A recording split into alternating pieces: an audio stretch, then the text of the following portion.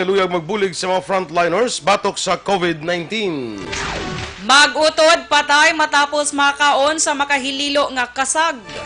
Sa balita nasyonal, patay sa COVID-19 sa Pilipinas nagdangat na sa 17. Positibo nga kaso, nagdangat na 202. Pagpaidalom ni Presidente Duterte sa state of calamity sa bugos nga Pilipinas, suportado ng Deserters Lacson kag Pangilinan. Maayong aga Bacolod, may aga bilugawahin sang Western Visayas. Karong adlaw Huwebes, Marso 19, 2020. Ang inyong news team, Aksyon, Dorel, Cabatu. kag Aksyon Boy Duran. Ang mga balita lokal, pagkatapos lamang sa niya. Kung mabigat.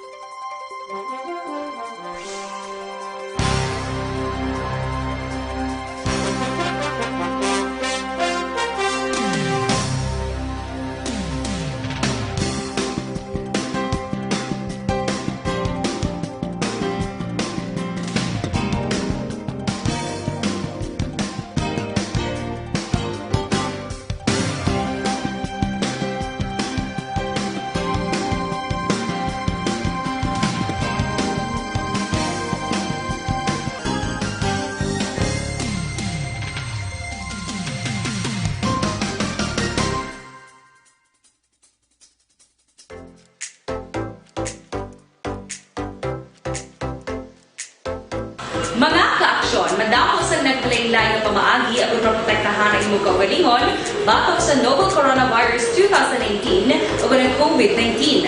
Isa sa mga pinaka-importante ang regular, safe, and effective hand hygiene gamit ang habon kag tubig o ng alcohol-based hand rub. Yan ang proseso sa paghugas ng gamot na rekomendado sa World Health Organization.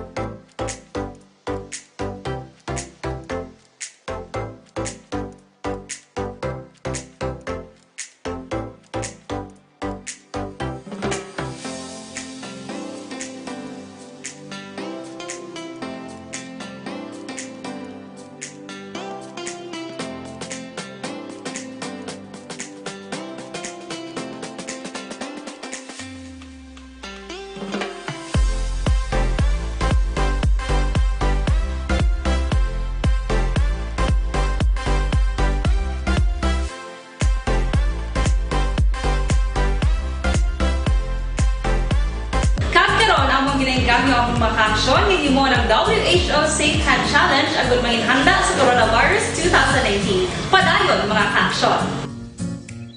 Aksyon!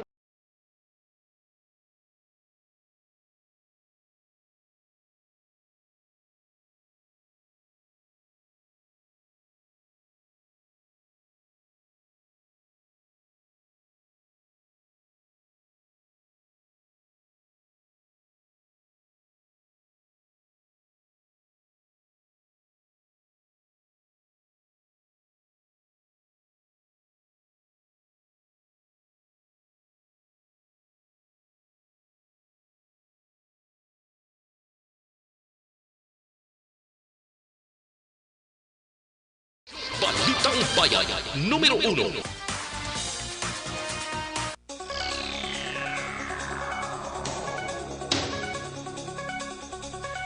Aksyon Radio Philippines Standard Time, 6 minutos na nagaligad sa tak na ang alas 6. Detalya na sa mga balita lokal. Ginabi-abigid sang Bacolod Interagency Task Force sa tiyon nga mayara sang volunteer nga luyag magbulig sa mga frontliners sa syudad kontra sa COVID-19. Sunod kay Dr. Grace Tan, spokesperson sa task force, kulang ang ilang mga personal para magpahamtang sang health workers sa 4 checkpoints sa syudad sa Bacolod kag nagabulig sa ila sa karon ang mga volunteers gikan sa Red Cross. Suno kay Tan, importante sa maluyag mag-volunteer ang interesado kahapos tudloan kag pwede sila makapakig-angot sa numero sang COVID-19 hotline sa 432-3871 tubtub 73 o kung 0951-874-7248. Ginklaro ni Tan nga ini ang volunteer work kag wala sang compensation. Samtang temporaryo agin suspender sa City Health Office ang pag-issue sang health card, sanitary permit, basic food safety classes para matuman ang luyag sang gobyerno nga magpahimunong ang mga tao sa ila nga mga balay. We lack gid manpower. We requested for volunteers pero wala pa. I think Red Cross is there already. They're willing to help. Eventually makita ni sa iba na volunteers nga they would want to help. Ma-help na sila. Ang kabahin sa pahayag ni Dr. Grace Tan. Patay ang mag-utod sa banwasang hinubaan matapos ginaligan nga nahilo sa pagkaon sang kumong-kumong o kon krukudlong nga isa sa mga isang kasag. Sa interview sa Aksyon Radio Bacolod, ginpahayag ni Municipal Fisheries Program in Charge, Agriculturist 2 Jimmy Cambarihan, una ginbawian sang kabuhi sang magabot sa hospital sa hinubaan ang 6 katuig nga magod, kag napatay man ang 8 katuig sini nga magulang. Ginabulong naman sa hospital sa Bacolod ang amay nga si Bernard Floro kag iloy nga si Juvelet Magno, pati na ang kamagulangan sini nga babae nga nagaedad 11 anyos. Sulo kay Cambarihan, Marso 16 ang nanguha ang amay sa baybay sa mga sahay isang kasag kag ginluto sang Marso 17 ang aga-agod isudan sa pamahaw. Dugang pa ni Cambarihan pagkahapon, ila na bato ng report angot sa pagkahilo sang pamilya sa Sitio Bagtik, Barangay Bulwangan, gani ilagin buligan agod nga madala sa hospital. Nagapati si Cambarihan nga nahilo ang mga biktima bangod sa kumong-kumong, bukod ang kumong-kumong o kung krokodlo nga may scientific name sa Zymos aeneus ang nalakip sa mga makahililo nga kasag diri sa Pilipinas. Pamahaw nila pagkaugto amo na tong matabo nga ginadala sila diri sa district hospital diri sa Bakuyangan, Inubaan. Ang ila na kaon gid kay may nakuha kung specimen ang isang carapace bala o kun alok basang crab amo gid ang kuan krokodlong gid. Kabahin sa pahayag ni Municipal Fisheries Program in Charge, Agriculturist 2 Jimmy Cambarihan. Sa ibang panaton nga mga balita lokal, patay ay isa ka 55 anyos nga lalaki matapos maaksidente ang ginasakyan nga motorsiklo dira sa may National Road sa Barangay Tinungan, Banwasang Isabela. Ang napatay ginkilala kay Joselito de Dios, pumuluyo sa Barangay San Jose, Banwasang Binalbagan. Sa investigasyon sa Isabela PNP, halin sa trabaho ang biktima sakay sa motorsiklo sang naglapaw ini sa likuan nga bayan sa lugar nga natabuan sa aksidente. Bangod sa ginaligar madasig nga pagpadalagan. Nalampos ang ulo sang biktima sa bato-bato nga dalan kag sa gindala sa ospital gindeklara ini nga patay. Ginapaimbestigahan sa karon sa Philippine Coast Guard Negros ang report nga may 3 ka pasahero nga gikan sa Manila ang nagsakay sa ro-ro vessel sa syudad sang Bacolod kag nakadungka sa pantalan sang Dumangas sa piyak nga mayara sang border restriction. Sa pagpakig-angot sa Aksyon Radio kay PCG Negros Head Commander Johnson Benjamin, iyan na ginrelieve ang substation commander durante nga nagapadayon ng investigasyon. Base sa report sa Aksyon Radio Iloilo, ginkumpirma ni Dumangas Mayor Ronaldo Goles ang nasambit nga report kag ginpangayuhan sang written explanation ang Coast Guard Bacolod kag TriStar Shipping kun nga ginpasugtan nga makabiyahe ang mga pasahero. Ang mga pasahero nga ginalegar madasig nagsakay sa tricycle matapos makapanaog sa ro-ro vessel ang ginakabig sa karon nga person under monitoring. Ginpahayag naman ni San Carlos City Mayor Rene Gustilo nga mga Mormons ang nagtiner sa karon sa isa nila ka hotel sa syudad agud magpaligad sang gabi matapos nga wala no kasakay padulong sa Cebu bangod man sa lockdown ni patuman sa Toledo Port.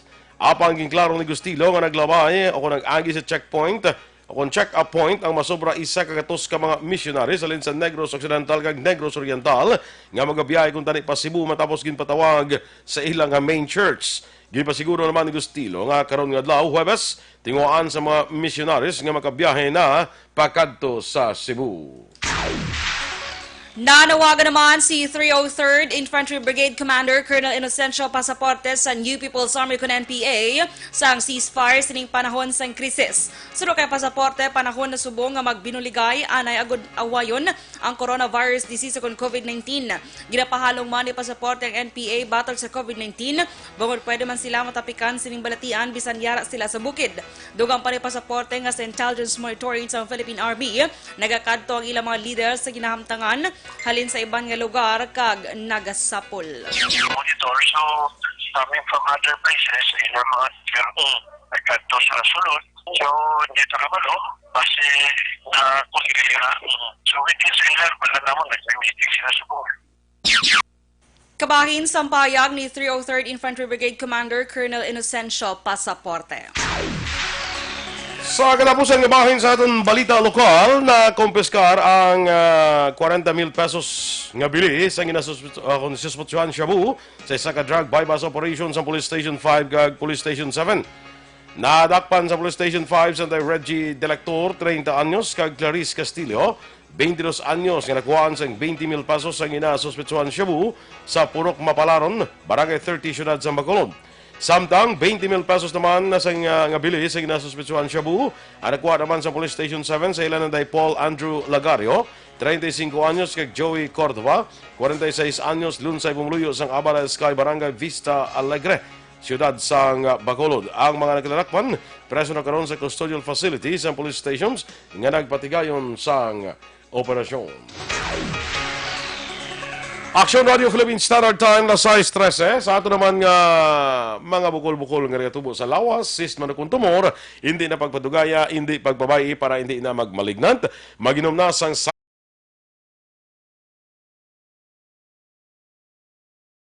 mga breast cyst, myoma, bukol sa ovary, bukol sa baga, goiter, kag iban pa. Hindi matubuan sa mga bukol, cyst kag iban pa nga mga balatian. Santon mabakal sa mabutika, tag 12 pesos lang. Bisitahin man ang Alternative Medicine and Wellness Center sa Maydalan Hernais at tubalan sa gate sa Paglawang Sports Complex. Tabuk sinayara dira ang Alternative Medicine and Wellness Center. Pangita lang si Doc Ramel Uy para sa libre nga check-up. Kag pwede na mapadeliver sa inyo balay ining Santon Taserba Capsule pagi sa pag-order online sa www.kalusuganyan.ph o magbisita lang sa Kalusuganyan Facebook page. Patay sa COVID-19 sa Pilipinas, nagdangat na 17, positibo ang kaso, masobra na 200. Samtang pagpaidalom ni Presidente Duterte sa state of calamity sa bilog nga pungsod, suportado sang pila ka mga senador. Ang mga balita nasyonal sa magbalik sang aksyong Balitang Bayan Numero 1.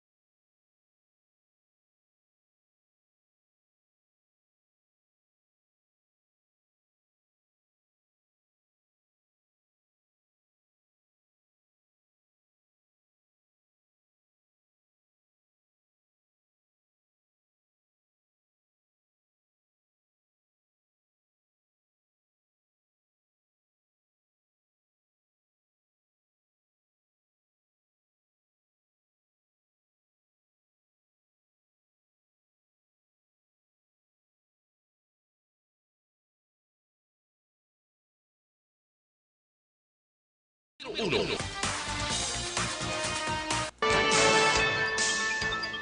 Aksyon Radio Philippines Standard Time, las 6:20. Detalya na sa aton mga balita nasyonal.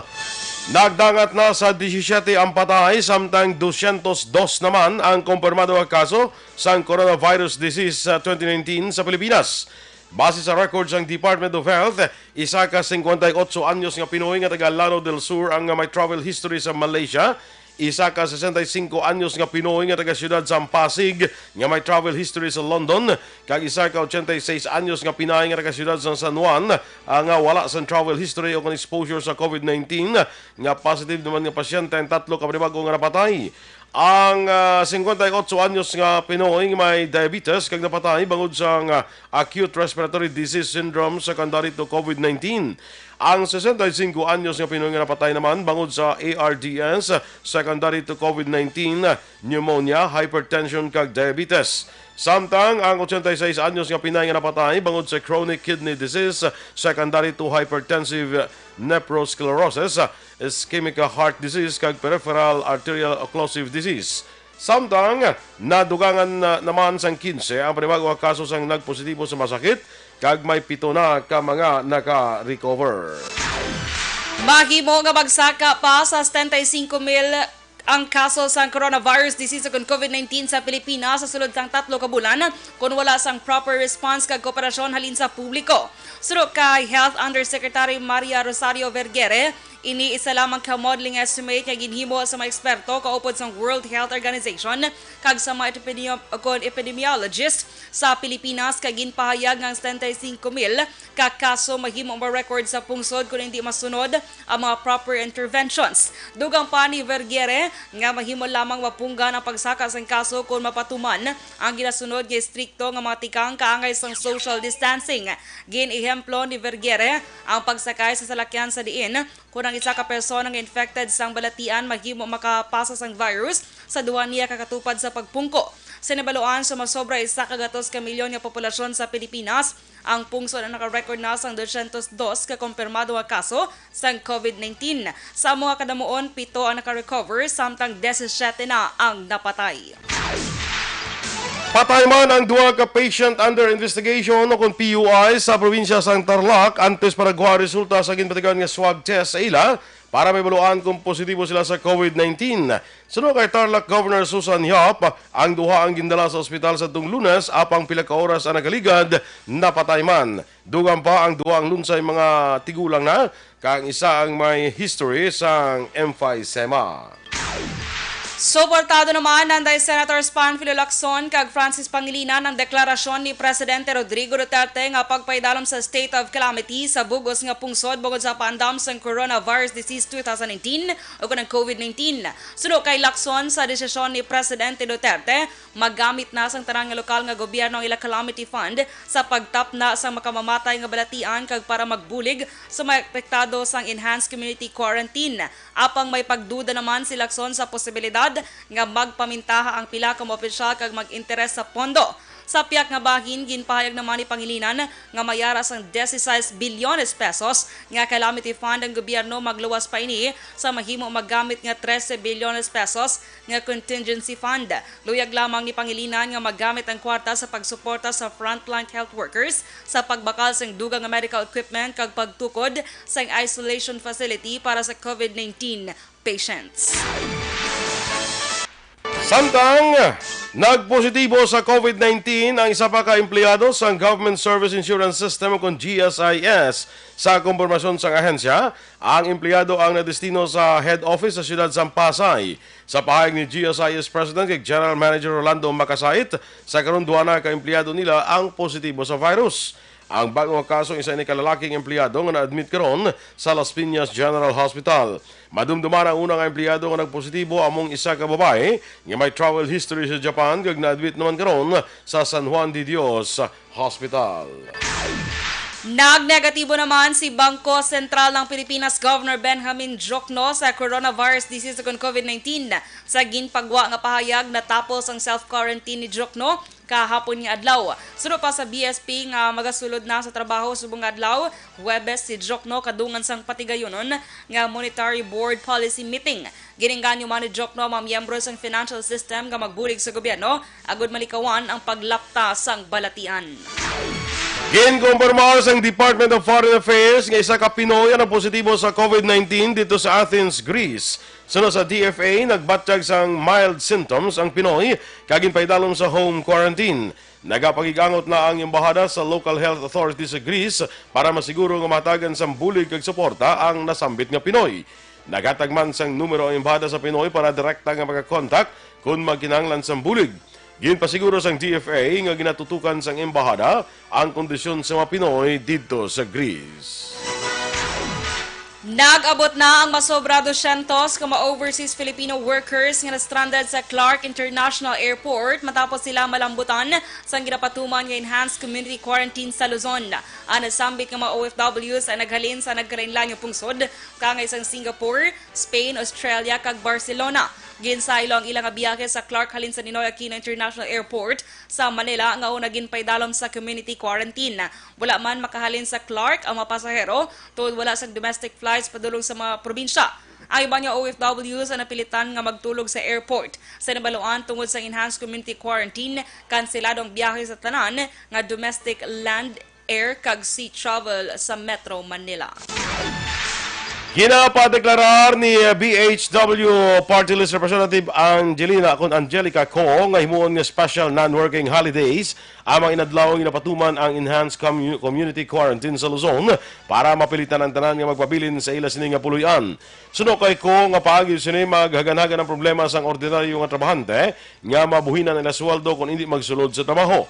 Ginpalakip ni Co sa deklarasyon ang Metro Manila, Cavite, Laguna, Bulacan, Batangas kag Rizal. Kalakip sa ginapadeklarar nga holidays, umpisa Marso 16 tumto 21, Marso 23 tumto Marso 28, Marso 30 tumto Abril 4, Abril 6 tumto Abril 8, kag Abril 12 tumto Abril 14. Kag sa katapusan nga balita national, wala nagpaidalom sa swab test sa Senators Francis Pangilinan kag Risa Hontiveros sa piyaksang panawagan ni Senate President Vicente Soto III nga kinahanglan tanan nga senador ang ma-check bisan pa nga wala sang sintomas. Sunod sa duha ka senador, dapat iprioridad ang mga may edad kag symptomatic patients bangod sa kakulang sang supply sang test kits. Ginpahayag sang staff ni Hontiveros nga nagpaidalom ang senadora sa self-quarantine matapos na report nga nagpositibo sa Senate Majority Leader Juan Miguel Zubiri sang COVID-19. Samtang ginpahag naman sang staff ni Pangilinan nga nagpamalibad ang senador nga magpaidalom sa testing para malikawan ang pag-uyang sang test kits matapos nga wala man siya sang sintomas sang balatian. Una diri tungod sa limitado nga kadamuon sang testing kits sa Pilipinas, ginpahayag sang DOH nga iprioridad sang ahensya ang mga may edad kag pasyente nga nakitaan sang sintomas kaangay sang hilanat, sakit sa ulo, ubo kag sipon. Aksyon Radio Philippines Standard Time, las 6:28, ang Mighty C naman, alkaline nga vitamin C. Ang isa ini ka ako ng alkaline nga vitamin C sa problema naton sa allergies bra, may mataas ini nga antihistamine properties, ginapanubo ang histamine level sa mga lawas para nga makontrol ang allergies. Sa mga pilas nga do kadugay mag-ayo katol-katol sa inyo nga panit, mag Mighty manami ini sa tanan nga sahi sang skin diseases. Para sa mas epektibo nga kombinasyon, mag-inom sang Mighty online. Ako na-deliver sa inyo balay pagi sa pag-order online sa www.kalusuganyan.ph o sa Kalusuganyan Facebook page. Inyong ipamatiya na aton mga balita. There is Aksyon, Balitang Bayan, Numero 1. Standby na sa Aksyon Report, second portion. Upod Aksyon, Fred Salanga. Balikay kita sa Aksyon Balita Morning Edition. Upod yapon sa inyo News Team. Aksyon Dorel Cabatu. Kag Aksyon Boy Duran. Una sa balita, una sa Aksyon. Sa Bacolod Aksyon Radio.